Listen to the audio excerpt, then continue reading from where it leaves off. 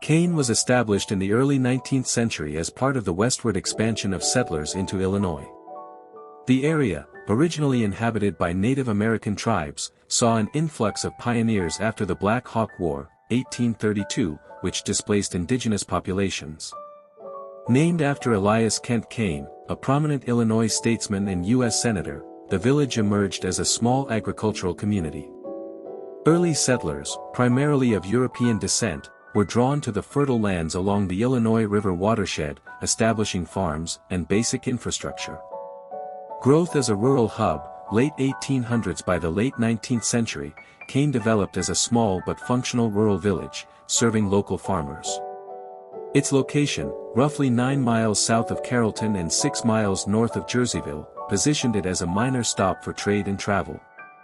The village supported essential services like general stores and blacksmith shops, with agriculture, particularly corn, wheat, and livestock, driving the economy. The lack of major railroads or waterways, however, limited its growth compared to nearby towns like Aurora or Elgin in Kane County. Economic and social stability. Early 20th century. In the early 20th century, Kane remained a tight-knit community with a stable but small population. The village's economy relied heavily on farming, with family-owned farms dominating the landscape. Social life revolved around local churches, schools, and community events, fostering a sense of rural identity. The population peaked modestly, never exceeding a few hundred residents, reflecting its role as a small agricultural settlement rather than a bustling urban center.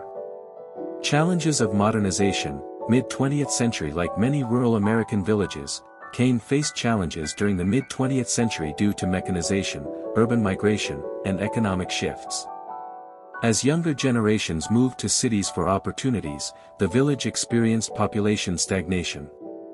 The 1960s and 1970s saw minimal growth, with the population hovering around 300 to 400. Infrastructure remained basic, with no major industrial or commercial development, preserving Kane's rural character but limiting economic diversification.